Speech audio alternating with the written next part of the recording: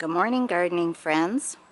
I'm Lark, and I'm in Zone 5, Wisconsin, and it's Tea Time Tuesday.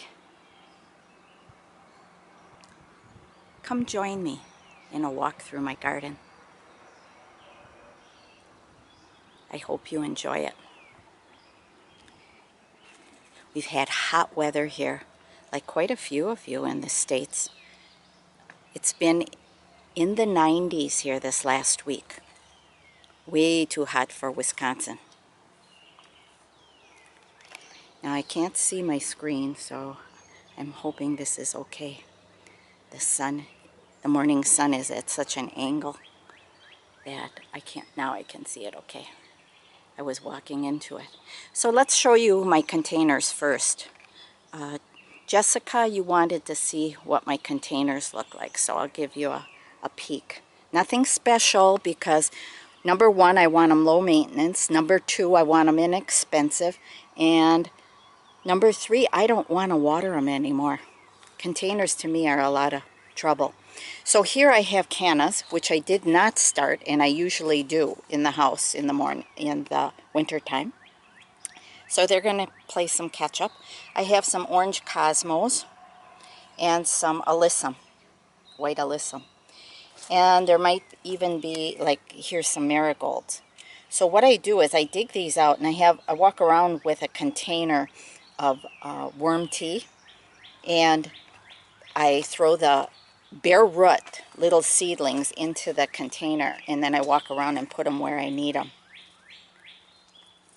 In this south-facing window box, I have lantana, drought tolerant, and some variegated ivy, quite drought tolerant. I think I have a couple marigolds in here for some height, and that's it. So the flower will be orange. That's my theme in my garden, is orange and blue throughout the yard, and burgundy foliage. So I try to repeat it in my containers too. In this dirt here, in my containers, I use soilless mix.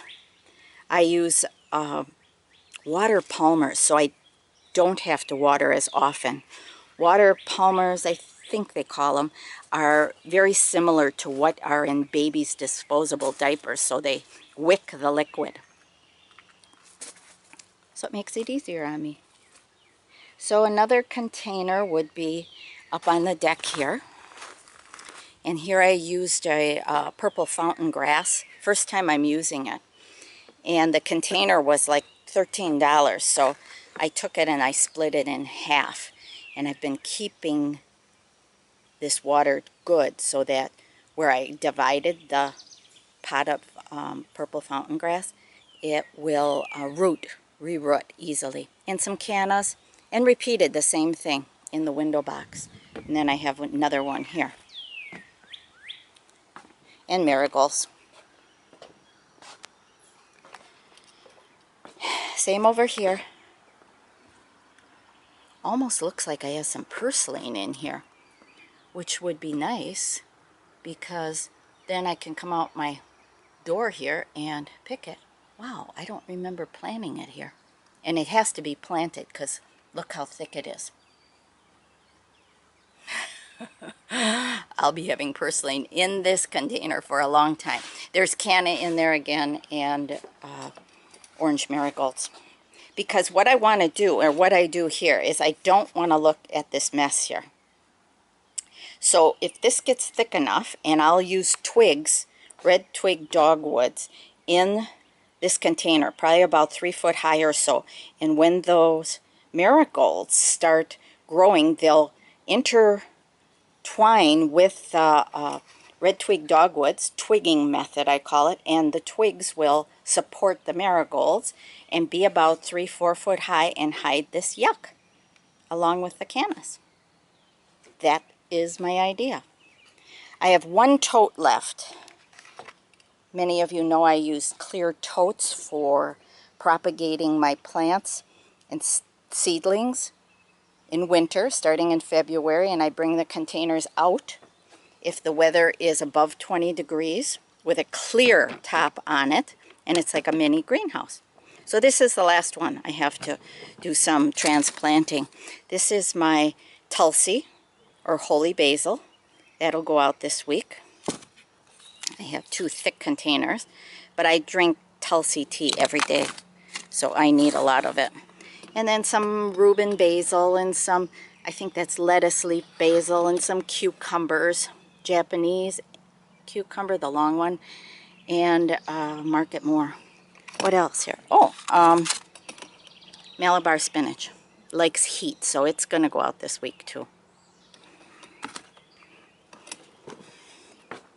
Another container I have is the bird cage here, this rusted bird cage. Of course, I got it at a thrift shop. And in here I have a blue lobelia. I'm hoping that it drapes a little over this yucky bottom, so I don't see that. I'm hoping. And then a coleus. I think, I don't know the names of them, but that bright yellow-green lights up the shade area, and the variegated burgundy and green foliage. So we're going for mostly foliage color here. Said to get about 3 foot, so we'll see. My jade came outside again this year, and that jade is about 40, I think 45 years old. Something like that, 43, 45. From a friend, 3-inch pot, means a lot to me. It's been whacked back a lot. I don't think I maybe had a handful of leaves on it last year because I just cut it back severely. Someone asked how I fertilize. Well, first of all, in the containers, I do use a bought fertilizer.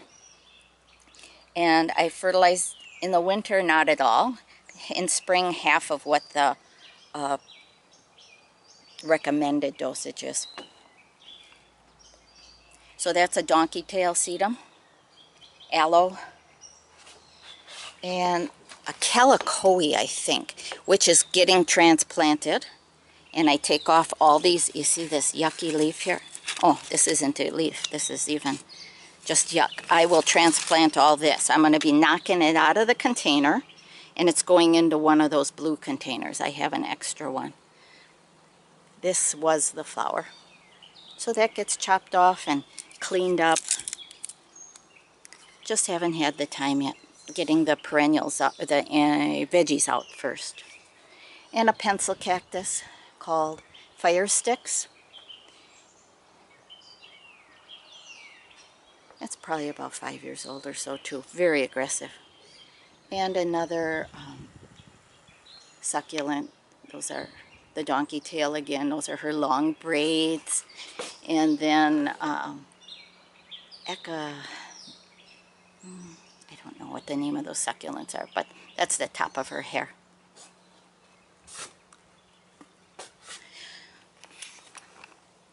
What else here? Another succulent. Planted in a strainer. Drainage is good then. And, oh, my tropical. Clivia, I think this is called. I'm not sure. But it's getting its blossom. All these succulents are in my house in the winter. I got rid of quite a few of them because, again, they're a lot of work in the house. Plus it brings bugs in. So, let's go to the garden, okay?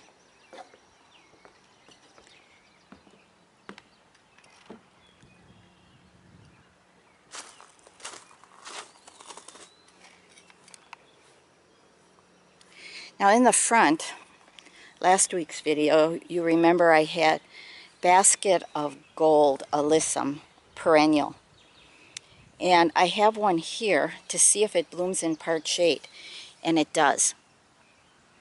So I will be doing more of that, scattering that seed. This seed here I scattered is the white annual alyssum.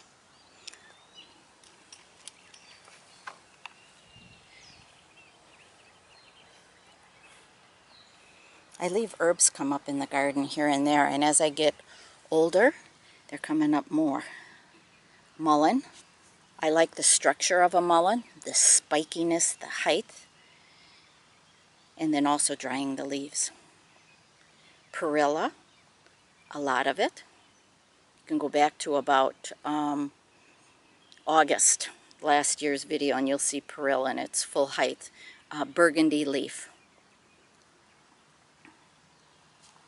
Dandelion, and I don't want them to go to seed, but I do let some grow, so in the morning when I need my greens, I can come right out here. I don't have to go hunting for them in the woodland area.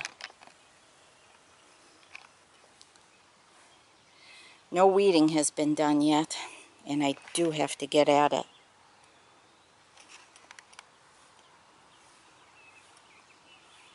Now on the edge, what I do is when I weed, I have a bucket full of water. Like I said, when I was doing the containers and taking the marigolds out, I dropped the bare root into the water. Well, I do this. This is, oh, what is this? Sunflower family. I'll think of it. Oh, branch coneflower. And it can't be here. And this here is a fall blooming, oh, where did that come? It's an aster of some type. So I'll be throwing those in the bucket and then transplanting them back where it's bare. And then they reseed themselves. So I toss a lot of weeded perennials, but I also move some. Yep, that's going to be a lot of perilla.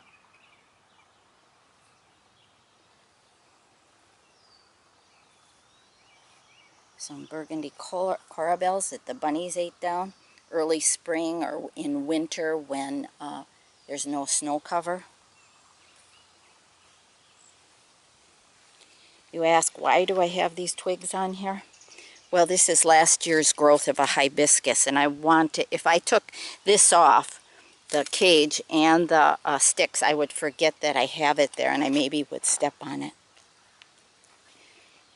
This week, this is in the ranunculus family, and a lot of people don't like it because it travels, but I like the airiness to it. I call it a see-through plant. It's tall in the front, but you can see what's behind it.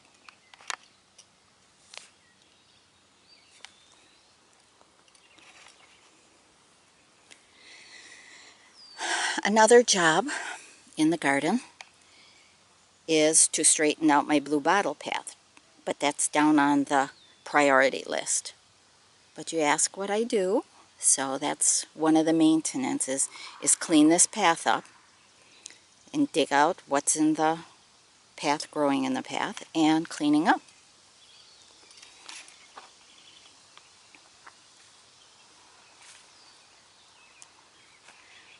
Oh, I see. Good. I need to pick this.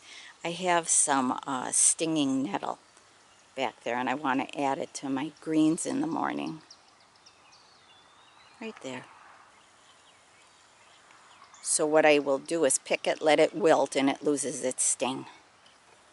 But it does not lose all the nutrition. Let's back up. I want to get out of the shade a little. The mosquitoes are starting to bite me. Another job I need to do today, first thing in the garden, is I have more grass going to seed. So I don't take the time always to pull it, but I will take off the seed head so it doesn't seed anymore. And there's several of those clumps around the garden now. I thought I got it all, but I didn't. Don't know what I'm going to do with this area. It was, oh, what was it? Clustered bellflower, and I know I didn't get it all. But I got a majority of it that was choking out other things, so we'll see. I'll transplant maybe some daylilies in here. See, there's some more grasses and the dandelion going to seed.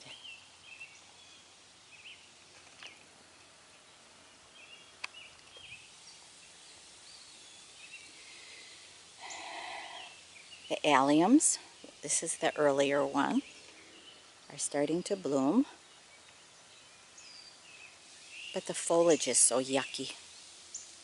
So for you who are starting a new garden, make sure you plant something in front of the alliums. Maybe like, oh, what would be good and is hardy? Phlox. That would hide it. I didn't plan that way, so it looks yucky. Cranesbill. That'll be getting cut back because it goes crazy. I'll be yanking some out too because it's aggressive, but a pretty filler right now. Snow in the summer. The silver foliage looks pretty almost all the time. And then the white flowers in spring. Drought tolerant sedum. See, this will be another. On the edge here, you see this is on the edge of my garden. That's spiderwort. It's going to get way too big. So that'll come out when I weed.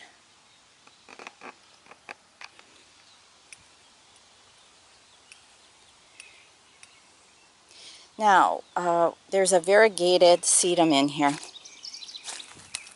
And I want to show you what I do with this. I can't remember if I showed you last week. Okay, here it is. That's the variegated. Whoops, I'm sorry. That's the variegated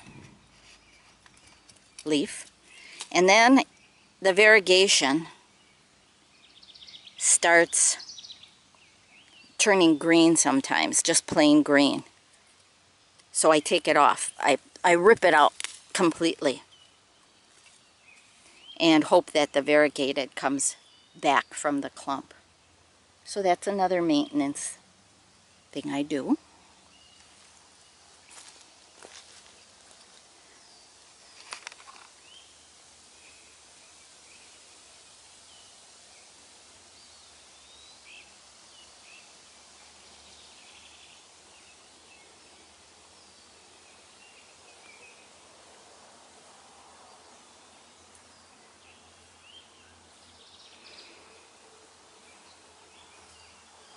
Whoops, gotta fill the bird baths. 90-degree weather will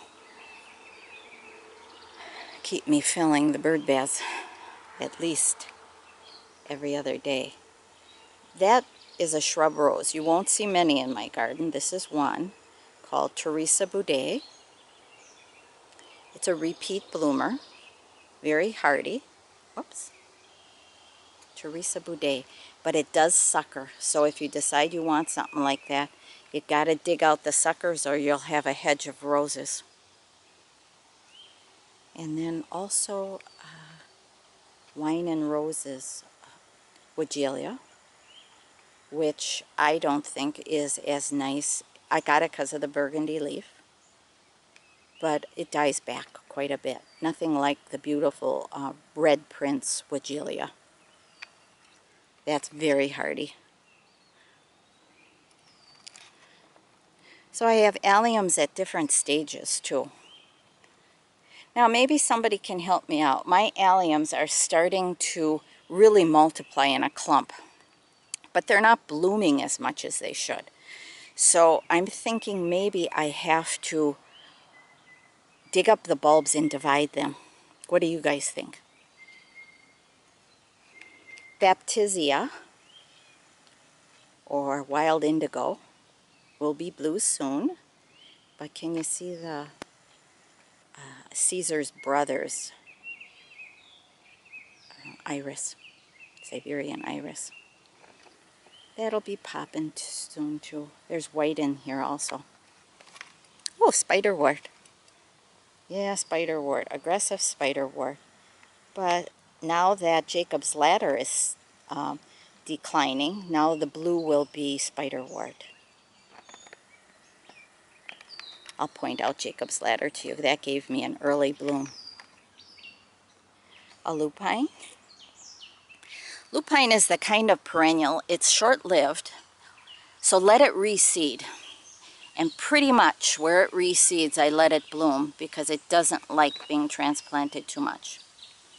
So that's why it's right up front here, and that's a tall perennial. It can be up to 3 foot, and then the spike's probably 3.5, 4 feet.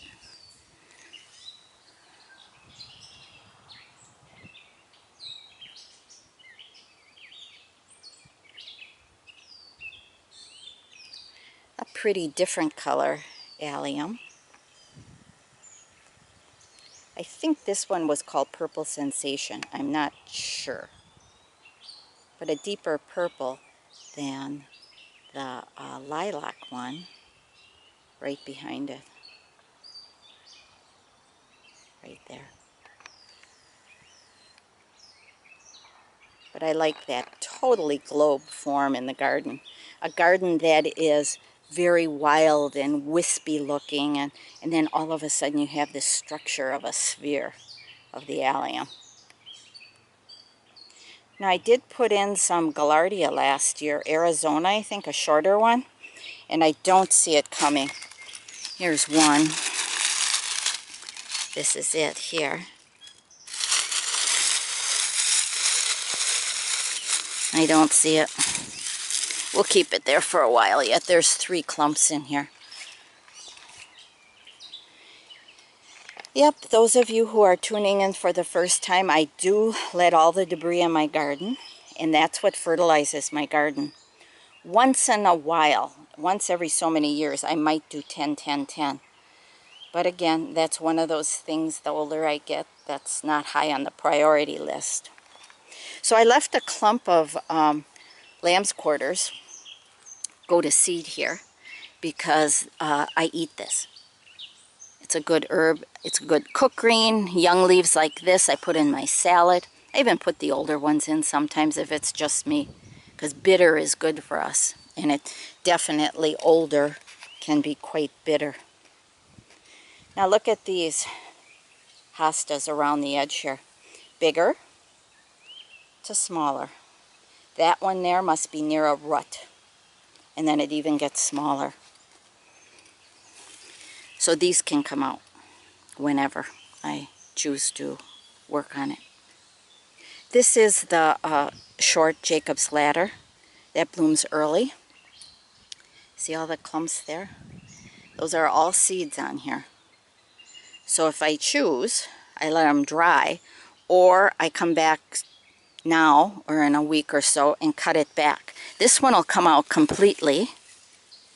I'll cut it back, dig it out completely, throw it in a bucket, and then I'll go plant it in an area that needs some blue in early spring. Sharing my garden perennials all over the yard. I'll probably plant them. Do you remember where I planted the Annabelle hydrangeas under the pines, where I'm using them for a screen? I think I'm going to put more under the Annabelles, because when those bloom, the Annabelles are just starting to leaf out, and you'll see the blue, and when the blue is done, the hydrangea has its leaves on.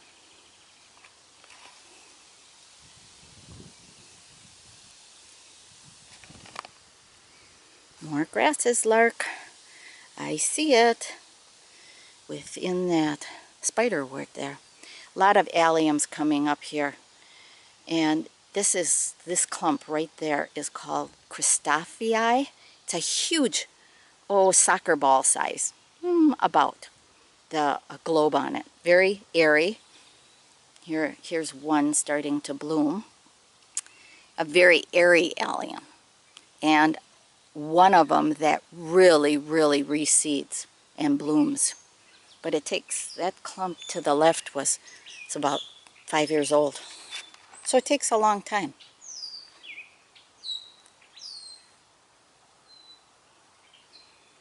Smoke bush, which turns into a tree if you let it. I do not let it. I want a bush. I want the burgundy low. So I take 1/3 of the bush every year and I cut it down, to about 3 foot. No, the whole bush. And then 1/3 of it, anything that's bigger, the stem bigger than a man's thumb, gets whacked down to the ground. This rejuvenates the bush and sends up new growth. So you have a thicker bush. Burdock. I don't remember medicinally what its benefits are. I can't remember. But I keep one or two of those plants. My Sum and Substance. These are now about 3 years old, these 3 here. With celandine poppy. Interplanted because they bloom. The celandine blooms. This is the end of the bloom time for them. Blooms before the hostas unfurl. So the Jacob's Ladder and the celandine poppy give me color and interest under these pine trees. And then the foliage will take over of the Sum and Substance hosta. I do have feverfew seed I threw in there, so I'm hoping for later bloom in here. And I did throw oxeye daisy down here too, but I don't see a lot of it come up. But I do see a lot of oxeye daisy, which will be blooming soon, white. And don't you think this area could use a dab of white in about a week or two? So I'm going to take some of those oxeye daisies that are on the other end of the garden that are too thick in an area, and I'll do that. I'll dig them up, and I put the root system in a bucket, and then I plant it under here. Now, I did dig up an oxeye daisy a few weeks ago, and I put it under this tree, and for sure it's going to bloom. I see the bud on it, and then I let it self-seed here by itself. Now, where I come in trouble with things reseeding and blooming here is if I cover up the seed with the grass clippings and leaves. Okay, then the seed doesn't get light in spring. So I have to be careful that if I want it to reseed, I got to throw the seed on top of the grass clippings and on top of the leaves. Then I will have bloom the next year. And then they will become so prolific I don't have to worry about, I just let it drop seed by itself. Morning Glory and, oh yeah, Scarlet Runner Bee on this arch. Remember last year, the red up here? Or reddish orange? And then more over here. I didn't have the Morning Glory on last year, so this year I want to see if it does okay. I like that blue, of course. Oh, see Bunny? He can't get in my garden because I have chicken wire around it. But we do have to live trap him, so it's going to go out. We should do it now. Comfrey. Now this is almost the perfect time to pick your herbs for the most medicinal power in them. Is right when they're getting ready to bloom. Okay? So this week, this clump that gets more sun will get cut back, and either I'm going to just dry it for overnight and then make an oil infusion, or I will just chop and then, and this is why I have the comfrey close to the veggie garden. I will chop down the comfrey and then use it as a mulch over in the veggie garden.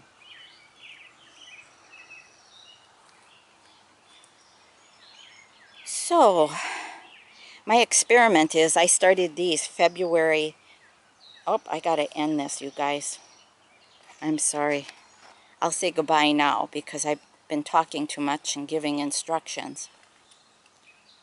So, Hoop House is doing great. The white butterfly is not in my brassicas. So thanks for viewing. I love doing this. Making time is a little hard for me, but it's worth it.